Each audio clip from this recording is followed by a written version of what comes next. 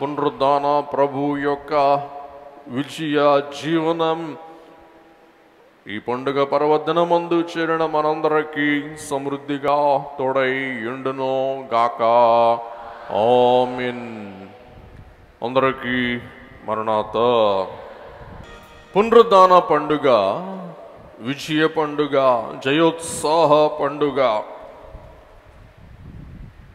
ఈ మండల కాలమంతా దుఃఖముతో ప్రభు యొక్క సిలువను వ్రతముతో ధ్యానించిన మనమే ఈ పునరుద్ధాన పర్వదినమున ప్రభువు ఏ ఏ అంశాలలో జయం పొందాడో అన్న సంగతులు మనం పరిశీలన చేసి ధ్యానం చేసుకుందాం.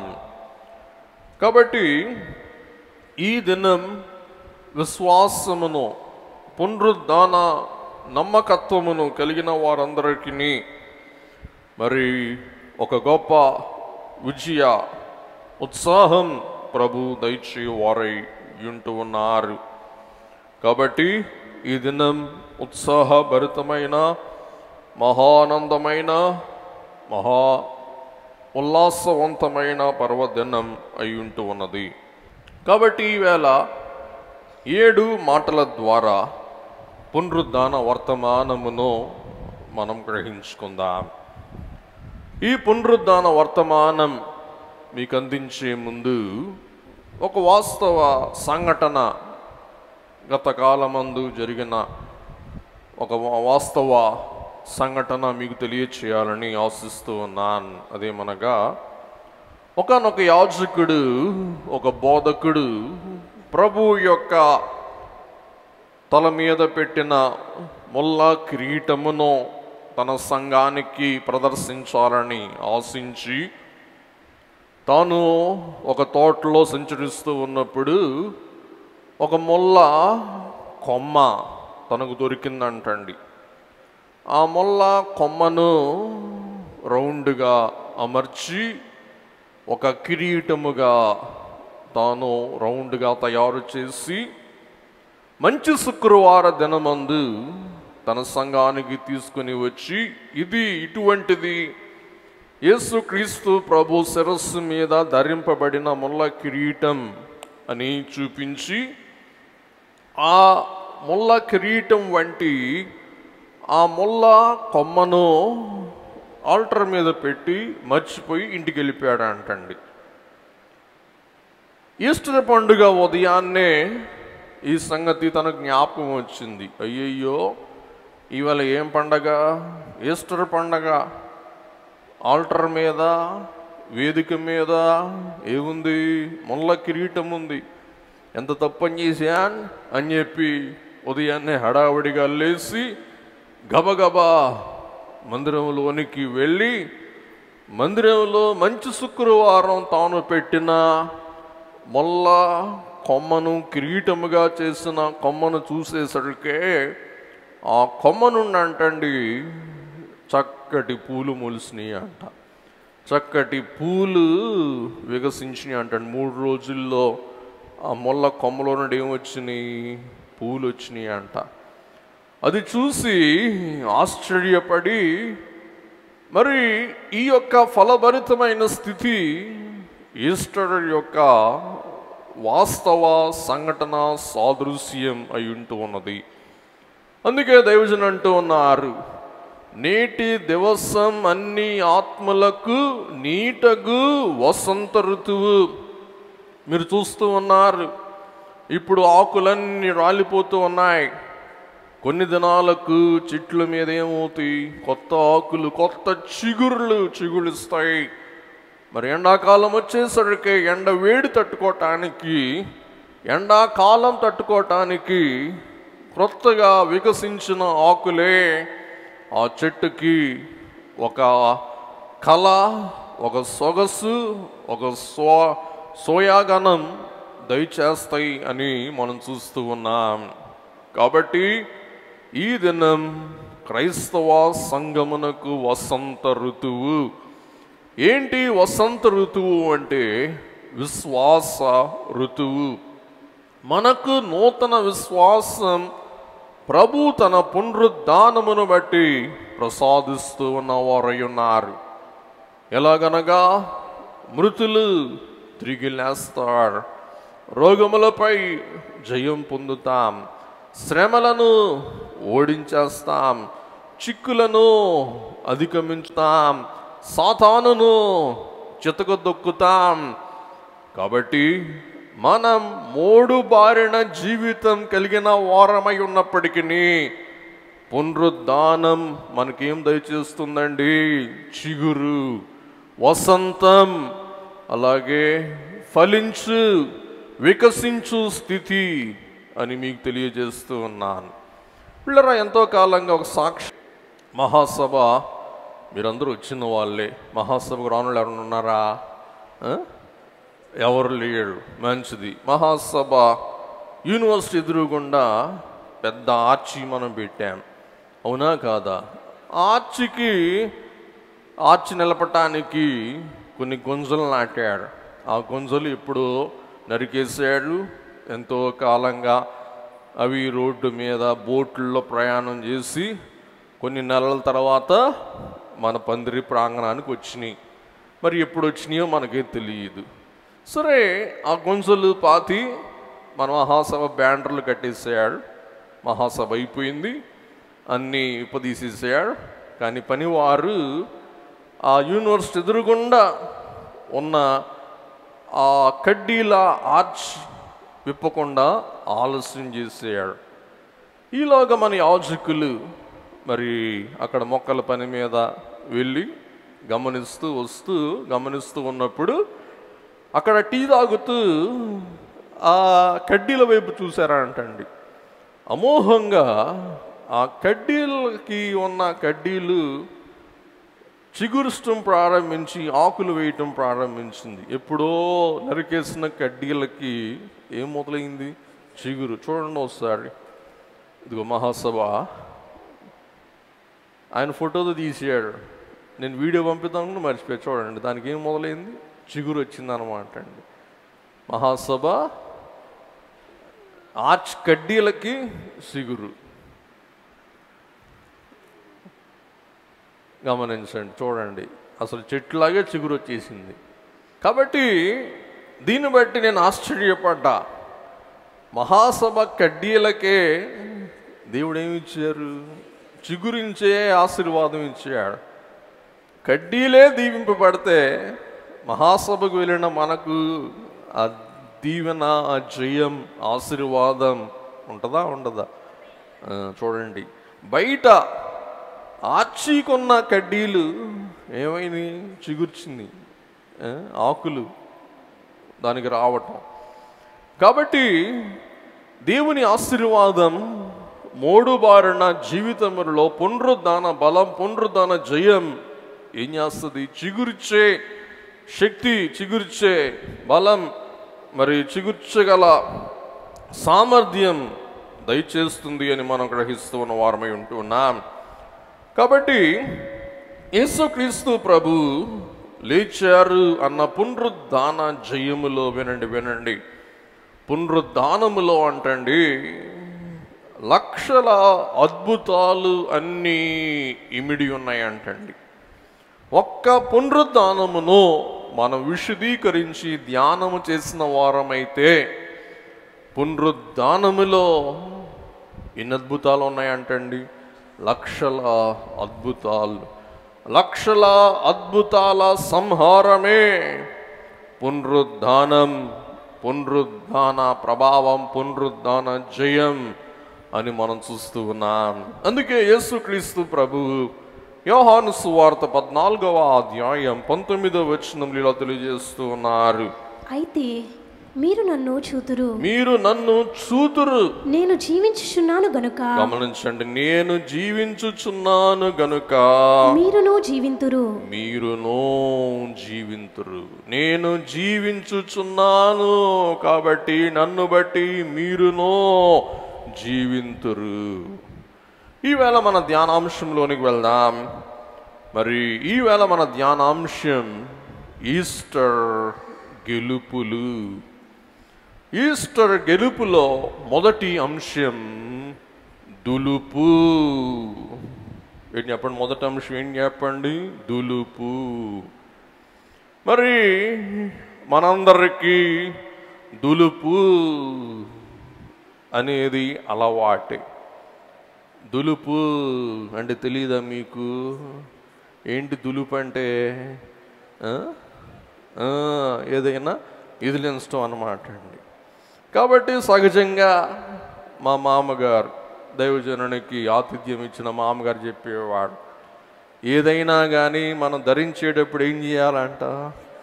దులుపుకొని ధరించాలి. ఇప్పుడంటే నాగరికత వచ్చింది. పూర్వకాలంలో ఖచ్చితంగా పల్లెటూరుల్లో ఏం చేయాలా? ఏదైనా దులిపి ధరించాలన్నమాట అండి. కాబట్టి దులిపినప్పుడు ఏమవుతాయి? ఏ జీవులున్నా, ఏ పురుగులున్నా, ఏ కీటకాలున్నా ఏమైపోతాయి? పరిహారం అయిపోతాయి, వదిలిపోతాయి, పడిపోతాయి. అలాగే యేసుక్రీస్తు ప్రభువు కూడా మరణమును జయించిన తర్వాత ప్రభు ఏం చేశారంట? దులిపేసుకున్నారంటండి. దైవజనులు చెప్తున్నారు, పునరుద్ధాన దినమందు లేచి ఏం చేశారంటండి? ఇవన్నీ నన్ను ఏం చేస్తాయి అన్నట్టు దులిపేసుకున్నారంట. అలాగే విశ్వాసులమై ఉన్న మనము కూడా ఏం చేయటం నేర్చుకోవాలి? చెప్పండి, దులిపేసుకోవటం. ఎవరైతే దులిపి వేసుకోగలరో వారు సుఖంగా నెమ్మదిగా జీవింపగలరు. దులుపుకునే అలవాటు లేని వారు అన్నీ ఏం చేస్తారు? పాముకుంటారు, అన్నీ పులుముకుంటారు అన్నమాట అండి. ఇప్పుడు చెప్పండి, మనం బాధలో కష్టాలు పులుముకుందామా, దులుపుకుందామా? కాబట్టి దైవజనులు తెలియజేస్తారు, ప్రభువు తనను పట్టిన వాటినన్నిటినీ దులిపివేసెను. ప్రభువు లేచి మట్టిని దులిపివేసినట్టు తనను పట్టి పీడించిన వాటినన్నిటిని ఏం చేశారంటండి? దులిపివేసాడు. అంతకుముందు వాటిని వెంటాడనిచ్చెను. గమనించండి, ఒకనొక చోట, ఎప్పుడు నాకేది గుర్తులేదు, అక్కడ నాకు గుర్తులేదు, కానీ మరి ఎవరో వాక్యం చెప్తూ ఉంటే నేను కూర్చొని వాక్యం వింటాను అన్నమాట అండి. తర్వాత నేను వాక్యం చెప్పాలి. సరే, నేను కూర్చుని ఉండగా ఒక సాలీడు నా ముందుకు వచ్చింది. ఆ సాలీడే నన్ను చుట్టిస్తూ గూడు కడుతుంది. నేను నవ్వుకుంటా ఉన్నా, ఓసే సాలీడు ఏం చేస్తున్నావు? నేను ప్రసంగం చేయకుండా నా చుట్టూ ఏం కడుతున్నావు? సాలిగూడు, సాలిదారం కడుతున్నావా అని చెప్పి అది కట్టి అంతసేపు చూస్తూనే ఉన్నాడు. ప్రసంగం వింటున్నా, చెవులతో ప్రసంగం వింటున్నా, కళ్ళతో సాలీడును చూస్తున్నా. చుట్టింది చుట్టింది చుట్టింది చుట్టింది. ఈలోగా అయ్యగారు ప్రసంగం చేస్తారనగానే వెంటనే ఎప్పుడైతే నిలబడాల్సి వచ్చింది నిలబడగానే ఆ సాలి దారం అనండి, గూడు అనండి, అంత ఏమైపోయింది? వడలిపోయింది. అలాగే మరి కూర్చొని యేసు ప్రభువు కూడా మరణం వస్తే రానిచ్చాడు, దెబ్బలు కొడితే కొట్టనిచ్చాడు, అలాగే నిందలు వేస్తే రానిచ్చాడు. అన్నీ అనుభవించారు. కానీ ఆదివారం వచ్చేసరికి ఏం చేశారు? దులిపేసుకుని వెళ్ళిపోయాడు. కాబట్టి ఈ పునరుద్ధాన పండుగ దినమందు మనం ఏం నేర్చుకోవాలో? మొట్టమొదటి జీవితంలో బాగుపడాలంటే చెప్పండి, దులిపేసుకోవటం. దులుపుకోవటం మనకు మంచిదా, మన మంచిది కాదా చెప్పండి. మూడవ నాడు ప్రభువు వాటిని దులిపివేసెను. ఈస్టర్ వల్ల వినండి, లోపల సంతోషం బయటకి నవ్వుగా వచ్చినట్లు మనం చూస్తూ ఉన్న వారమై ఉన్నారు.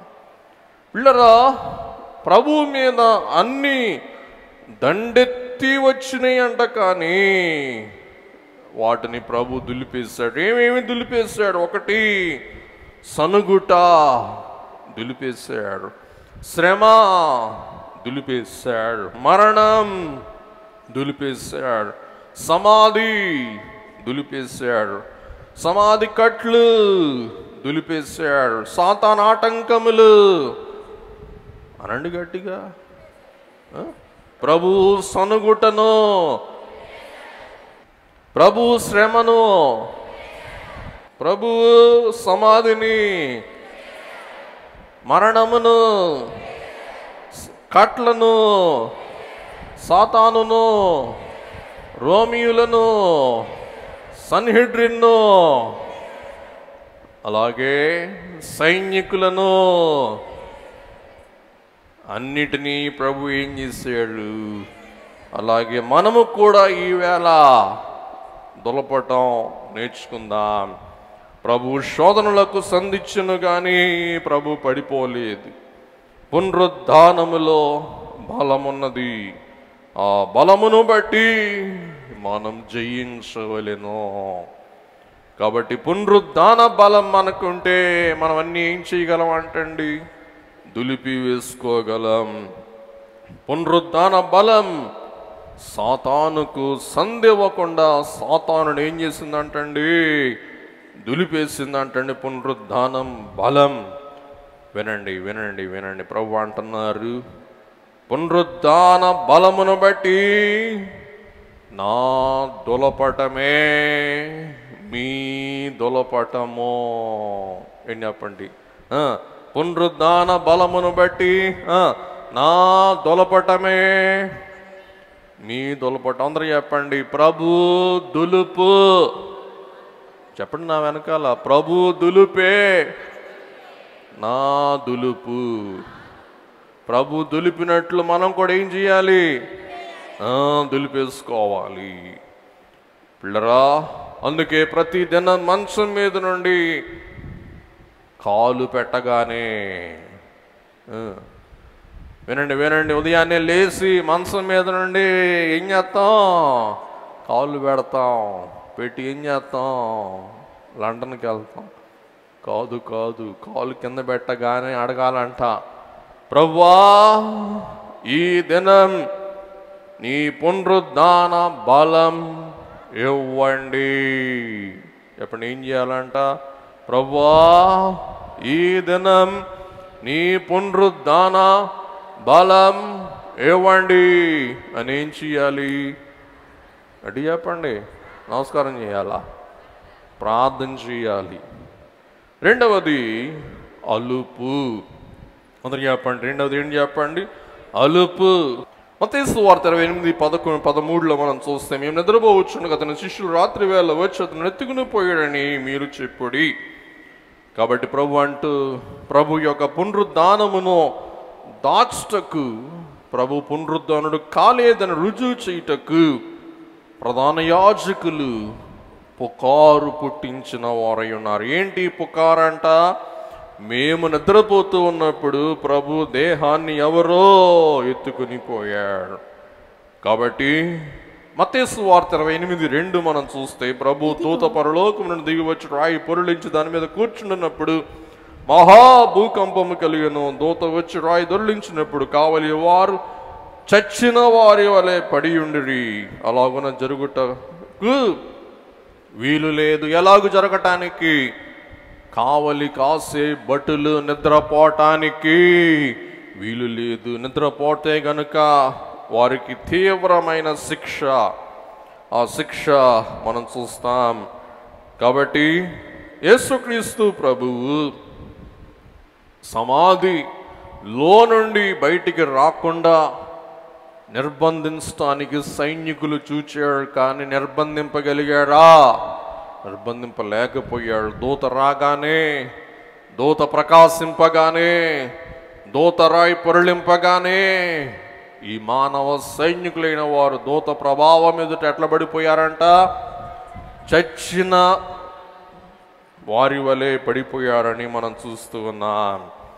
కాబట్టి దేవుని బిడ్డలారా, శిష్యులతో సైనికులైన వారు మరి ఆ పుకార్లు రేపి ఆ కాలమందు వారిని మబ్బి పెట్టడానికి ఈ యొక్క మరి మేము అలసిపోయాం, మేము పండుకున్నాం, ప్రభుని ఎత్తుకుపోయాడు అని వారు ప్రకటించడం మొదలుపెట్టారు. దానికి ఆసరాగా యూదులు వారికి మిక్కిలి సొమ్మిచ్చి ఆ పుకారులను వారు ఏం చేశారండి? ఆ కాలమందు ప్రబలపరిచినట్లు మనం చూస్తూ ఉన్నాం. మూడవ అంశము సలుపు. మూడవ అంశం ఏం చెప్పండి? సలుపు.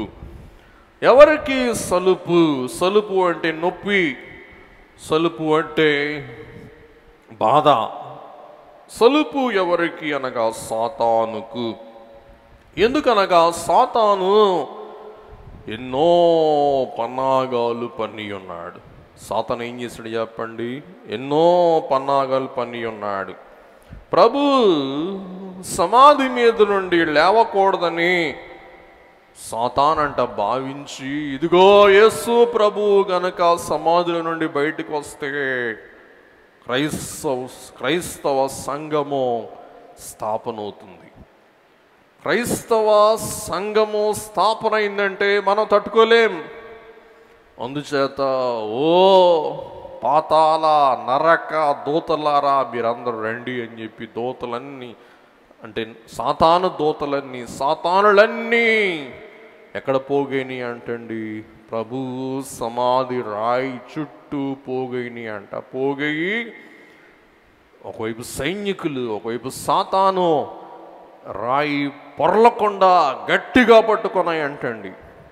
కానీ ఎప్పుడైతే దూత వచ్చారో ఆ రాయి ఏమైపోయిందండి? పొర్లింపబడింది. దూతల మహత్తుకి, మహిమకి ఈ యొక్క దయ్యాలు నిలబడలేకపోయినాయి, దయ్యాలు అదిరిపోయినాయి, బెదిరిపోయినాయి. అవి దడిసి అవి పారిపోయినట్లు మనం చూస్తూ ఉన్న వారమై ఉంటూ ఉన్నాం. కాబట్టి దూత వచ్చి ఆ భీకరమైన సుమారు 2 టన్నుల బరువు ఉండే రాయిని సునాయాసంగా ఏం చేసేసారంటండి? దొర్లించేసాడు. ఆ రాయిని దొర్లించాలంటే 26 కావాలంటండి, బలిష్ఠులు. ఆ కాలం అందే ఎంతమంది కావాలి రాయి దొర్లించడానికి? 26 మంది.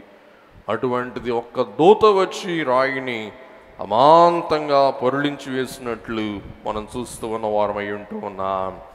పిల్లరా, సాతాను ఎదిరింపుల్లో 41లో దైవజనులు అంటారు, ఓ సాతానా, నీవు ప్రభువుని చంపి సమాధిలో పెట్టావు, అయినా ప్రభు సమాధిలో దాగలేదు, కానీ ప్రభు సమాధిలో ఏం చేశారు? బయటికి వచ్చాడు. అలాగే ఓ సాతానా విశ్వాసికి నీవు ఎన్ని అడ్డులు పెట్టినా, ఆటంకాలు పెట్టినా కానీ విశ్వాసి మటుకు ఆగడు, పునరుద్ధాన ప్రభావం బట్టి తప్పకుండా జయిస్తాడు అని ప్రభు యొక్క విజయాన్ని, సాతాను యొక్క అపజయాన్ని మనకు దైవజనులు ఆ చరణంలో రాస్తూ ఉన్నట్లు మనకు తెలియజేస్తూ ఉన్నారు. మొదటిది దులుపు, రెండవది అలుపు, మూడవది సలుపు అంటే బాధ, నాలుగవది పులుపు. సైనికులు ఎంతమంది కావలి ఘాటు కాసిన, రోమా ముద్ర ఎంత పటిష్టముగా రాతికి అడ్డుగా వేసిన, దయ్యాలన్నీ సమూహంగా జట్టు కట్టి చేరి సమాధి గేటుకి అడ్డు తగిలినా అవి ఏమి చేయలేకపోయినవి. కాబట్టి వినండి, ప్రభు తెలుపు ఎదుట సాతాను ముఖానికి ఏమొచ్చిందంట? పులుపు.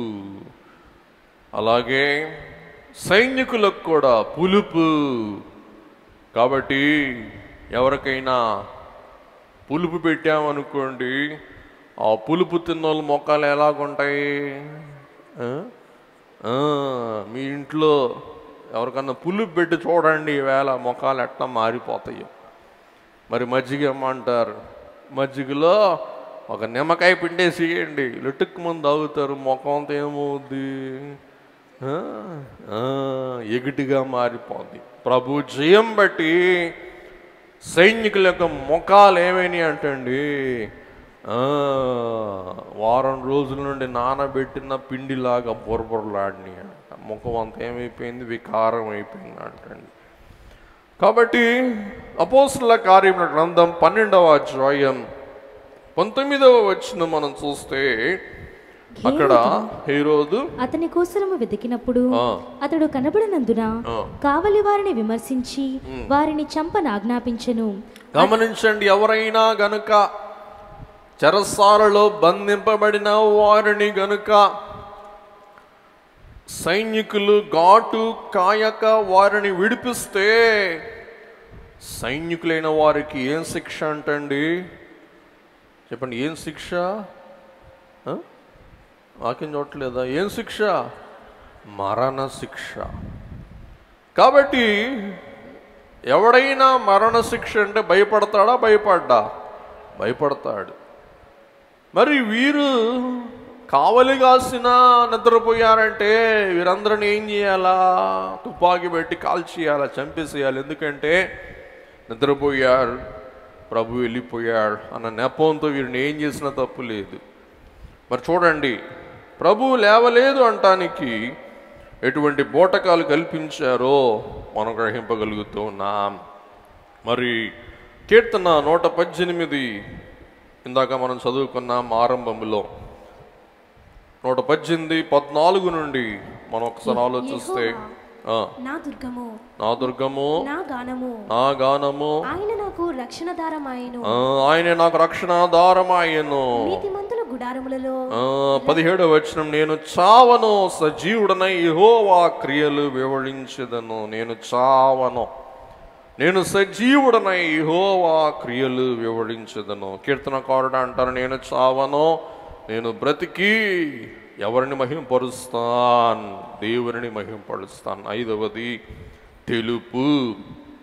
పిల్లరా, మత్తయి సువార్త 28లో మనం ఆలోచిస్తే దూత యొక్క రూపం నిగనిగలాడుతూ తెల్లగా ప్రకాశమానమై ఉన్న రూపము కలిగి వచ్చినట్లు మనం చూస్తున్నాం. 28:3 ఆ దూత స్వరూపం మెరుపు వలె ఉండెను, అతని వస్త్రము హిమమంతా తెల్లగా ఉండెను. తెలుపు. ఈ తెలుపే మహిమకు నిదర్శనం, మహిమకు ఆధారం, మహిమకు సూచన. ఆ తెల్లని నిగనిగలాడే మెరుపు వంటి దూత దర్శనమునకు కావలి వారు భయపడి వణికి చచ్చిన వారి వలె పడి ఉండిరి.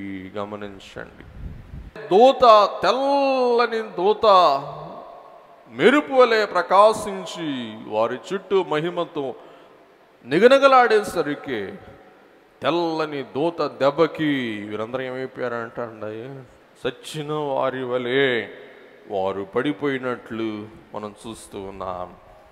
పిల్లరా, ఆ మహిమ సమయమందు వినండి, ప్రభు యొక్క ఆత్మ ప్రభు దేహములోనికి ప్రవేశించి పునరుద్ధానమవుతున్న సమయమందు ఏమైంది?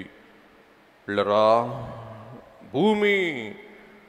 భూకంపము కలిగను. 2వ వచనం, రాయి పొర్లించి దాని మీద కూర్చుండినప్పుడు భూకంపము కలిగను. వినండి, ఏం కలిగిందంటండి? భూకంపం. వినండి, సృష్టికర్త ఆత్మను విడిచినప్పుడు సృష్టి చీకటి అయింది, భూమి కంపించింది. మరలా సృష్టికర్త ఆత్మ ఆయన దేహములోనికి ప్రవేశించినప్పుడు కూడా ఏమైందంటండి? భూమి కంపించిందంట. హగ్గై గ్రంథం 2వ అధ్యాయం 6-7 వచనములు. మరియు సైన్యములకు అధిపతి యెహోవా సెలవిచ్చినదేమనగా ఇక కొంతకాలము ఇంకొక మారు ఆకాశమును భూమిని సముద్రమును నేను కంపింపచేతును. నేను అన్యులందరినీ కదిలింపగన్యులందరూ ఇష్ట వస్తువులు తేబడును. నేను ఈ మందిరమును మహిమతో నింపుదును. ఇదే సైన్యముల యెహోవా వాక్కు. 96వ కీర్తన 11వ వచనం, యెహోవా వేంచేయుచున్నాడు, ఆకాశం సంతోషించునుగాక, భూమి ఆనందించునుగాక, సముద్రమును దాని సంపూర్ణతయు ఘోషించునుగాక. దేవుడు వేంచేస్తూ ఉన్నాడు, పునరుద్ధరణుడైన ప్రభు వస్తూ ఉన్నాడు. ఆకాశం సంతోషించు, భూమి ఆనందించు, సముద్రం ఘోషించు. ఎందుకంటే నీ దగ్గరికి ఎవరు వస్తున్నారు? సృష్టికర్త. దినవృత్తాంతముల మొదటి గ్రంథం 16:31, యెహోవా ఏలుచున్నాడని జనములలో చాటించుడు, ఆకాశం ఆనందించును గాక, భూమి సంతోషించును గాక. కాబట్టి యేసుక్రీస్తు ప్రభు మరణమును జయించి లేవగానే సృష్టి అంతయు ఉప్పొంగిందంట, ఆనందించిందంట, పరవశించిందంట, ఎంతో ఘోషించిందంటండి. ఎందుకంటే సృష్టికర్త మరలా ఏమయ్యాడు? పునరుద్ధరణుడై జీవిస్తూ ఉన్నాడని మనం గ్రహింపగలుగుచు ఉన్నాం. కాబట్టి సృష్టికర్త యొక్క పునర్జీవము సృష్టికి ఆనందం, ఉత్సాహం, మనోహరం, సంతోషం అని మనం గ్రహింపగలుగుచు ఉన్నాం. 6వది మలుపు. శిష్యుల యొక్క జీవితంలో ఈ పునరుద్ధానమే ఒక మహామలుపు. శిష్యులైన వారి జీవితంలో మరణించిన ప్రభు తిరిగి పునరుద్ధానుడై లేచుటయే వారి జీవితమునకు నూతన ఉత్సాహం, నూతన ఆశీర్వాదం, నూతన ఆనందం అని మనం చూస్తూ ఉన్నాం. కాబట్టి వారి జీవితంలో వారి మరుపు వారికి భయం కలిగించింది. వారి జీవితంలో ప్రభు పునరుద్ధాన వర్తమానమే వారికి మహానందం కలిగించినట్లు మనం చూస్తూ ఉన్నాం. పిల్లరా, స్త్రీ అయిన వారు సమాధి వద్దకు వెళ్ళి సమాధిలో ప్రభు లేకుండాట చూసి శిష్యులైన వారికి ఉత్సాహంగా సంగతి తెలియచేయగా, ఈ స్త్రీల యొక్క మాటలు శిష్యులైన వారికి వెర్రి మాటల వలె ఉన్నాయంటండి. ఎటువంటి మాటలుగా ఉన్నాయంటండి? వెర్రి మాటల వలె ఉన్నాయని వాక్యములో మనం చూస్తూ ఉన్న వారమై ఉంటూ ఉన్నాం. కాబట్టి మరి మార్కు 16:11 ఆయనతో ఉండిన వారు దుఃఖపడి ఏడ్చుచుండగా ఆమె వెళ్ళి ఆ సంగతి వారికి తెలియజేసెను గాని ఆయన బ్రతికి ఉన్నాడనియు ఆయన జీవించి ఉన్నాడనియు ఆమెకు కనబడిననియు వారు విని నమ్మకపోయిరి. కాబట్టి విని నమ్మకపోయిరి అని మనం గ్రహింపగలుగుతూ ఉన్నాం. కాబట్టి దేవుని బిడ్డలారా, ఇంకో చోట రాయబడి ఉంటది, అయితే వారి మాటలు వీరి దృష్టికి వెర్రి మాటలుగా కనబడెను గనుక. ఎటువంటి మాటలు ఉన్నాయంటండి? వెర్రి మాటలు. యేసుక్రీస్తు ప్రభువే పదే పదే వారికి చెప్పారు, నేను మరణిస్తాను, 3వ దినమందు లేస్తాననగా వారు మాటలన్నీ విస్మరించారు. కడకి స్త్రీలు వచ్చి సాక్షాత్ రుజువులతో చెప్పినా కానీ ఎట్లా ఉన్నాయంటే స్త్రీల మాటలు వీరికి వెర్రి మాటలు. ఎంత విచారం. కాబట్టి అవిశ్వాసమునకు అన్ని ప్రశ్నలే, కానీ విశ్వాసానికి ఏముండవు అంటండి? ప్రశ్నలు ఉండవు. ముందుకెళ్దాం. కాబట్టి ప్రభువు 40 దినాలు వారికి కనబడుతూ వారిని ధైర్యపరుస్తూ, ఆదరిస్తూ, బలపరుస్తూ, వాగ్దానాలు ఇస్తూ, రుజువులు చూపిస్తూ, వారికి ప్రత్యక్షుడవుతూ వారిలో ఉన్న అవిశ్వాసమును, వేదనను, దుఃఖమును, నిరాశను, నిస్పృహను ప్రభు ఏం చేశారంటండి? పరిహారము చేసిన వారై ఉన్నట్లు మనం గ్రహింపగలుగుతున్నాం. కాబట్టి దేవుని బిడ్డలారా, పునరుద్ధాన వర్తమానాన్ని ఒక టీచర్ గారు ఒక స్కూల్లో పిల్లలకు బోధిస్తున్నారంటండి. అందులో ఒక బడుద్దాయి ఉన్నాడంట. ఆ బడుద్దాయి వాళ్ళ నాన్న అండర్టేకర్, అంటే సమాధులు చేసే పని అనమాట అండి. అంటే ఎవరైనా చనిపోతే కాంట్రాక్ట్ ఇస్తారన్నమాట అండి. ఎట్లయితే మనకన్ని కాంట్రాక్ట్లు వచ్చేసినాయో అలాగే సమాధి కూడా చేయటానికి ఏం చేస్తారు? కాంట్రాక్ట్ చేస్తారు. క్రైస్తవులు పాశ్చాత్య దేశములో ఎంత ధైర్యం అంటే వారు జీవించి ఉన్నప్పుడే వారి సమాధి కాంట్రాక్ట్ రాసేసుకుంటారు అన్నమాట అండి. వినండి, ముసలోళ్ళు కూడా భయపడతారు. ఈవేళ వాళ్ళు భయపడరు. జీవించి ఉన్నప్పుడు ఏం చేస్తారు? వాళ్ళ సమాధి డబ్బులు కూడా కట్టేస్తారు, సమాధి కాంట్రాక్ట్ కూడా సంతకం చేసేస్తారు. ఏంటి అంటే సమాధి అప్పుడు ఏ బట్టలు ఇవ్వాలా, ఏ రంగు బట్టలు ఇవ్వాలా, ఏ రంగు పెట్టి చేయాలా, భోజనం ఏం పెట్టాలా, ఎవరిని పిలవాలా, ఎవరిని పిలవకూడదో, పిలిచిన వాళ్ళకి ఏం పువ్వులు ఇవ్వాలా, ఎన్ని పూలు పెట్టాలా, ఇవన్నీ కాంట్రాక్ట్ రాసేసుకుంటారు, ముందే డబ్బులు కట్టేస్తారు అన్నమాట.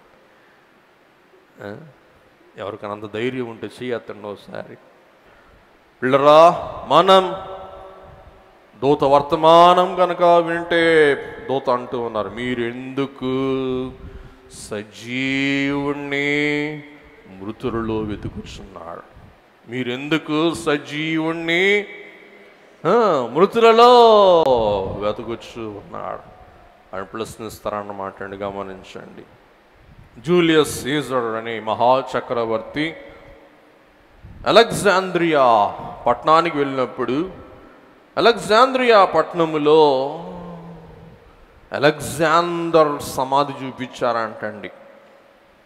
పిల్లరా, అలెగ్జాండర్ చచ్చిపోయినప్పుడు ఎంత వీరుడైనా ఎంత సూర్యుడైనా కానీ ఆయన చెప్పాడంట, మీరు నన్ను పెట్టిలో పెట్టేటప్పుడు పెట్టికి 2 కాంతలు పెట్టండి.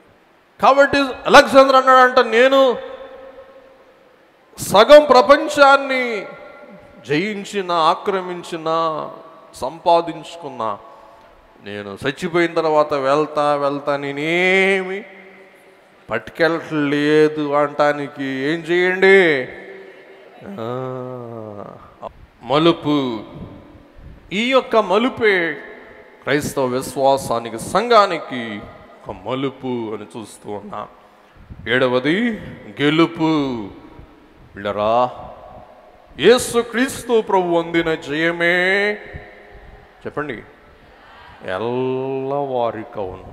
ఎవరు ఎల్లవారు? కోరినవారు, వేడినవారు, నమ్మినవారు. చెప్పండి, జయము జయమని కలవరించిన వారు. ముగించేసుకుందాం. యేసుక్రీస్తు ప్రభు గెలుపును 7 విషయాలు. 1, కోరండి. యేసుక్రీస్తు ప్రభు గెలుపును వేడండి. యేసుక్రీస్తు ప్రభు గెలుపును నమ్మండి. యేసుక్రీస్తు ప్రభు గెలుపును స్మరించండి. యేసుక్రీస్తు ప్రభు గెలుపును స్తుతించండి. యేసుక్రీస్తు ప్రభు గెలుపును ఆనందించండి. యేసుక్రీస్తు ప్రభు గెలుపును పొందండి. ఇంకోసారి చెప్పేస్తాను, ముగించేసుకుందాం. యేసుక్రీస్తు ప్రభు గెలుపును కోరండి, వేడండి, నమ్మండి, స్మరించండి, స్తుతించండి, దాన్ని బట్టి ఆనందించండి, ఆ జయమును పొందండి.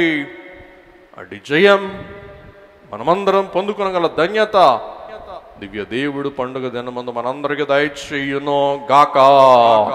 దయగల ప్రభువా, కృపగల తండ్రి, పండగ పర్వదినమందు మమందరినీ ప్రాతకాలమున సజీవులుగా లేవనెత్తి, దేవా, సజీవుడు అయి ఉన్న మిమ్మును, మరణమును జయించిన మిమ్మును స్తోత్రించుటకు, కీర్తించుటకు, గణపరచుటకు ఆనందముతో, ఉత్సాహముతో, సంతోష సంభ్రములతో మీ సముఖములో చేరి ఉన్నాము స్వామి. ప్రభువా యేసయ్య, మా స్తుతులు, మా స్తోత్రములు, మా ఘనత, మా సత్కీర్తి మీరే అందుకొని మీ ప్రశస్త ఆశీర్వాదములు ధారాళంగా మాపై వర్షింప చేయుమని యేసు స్వామి పావన నామమున వినయముతో వేడుకొని ప్రార్థిస్తూ ఉన్నాం. మా పరమ తండ్రి. ఆమేన్.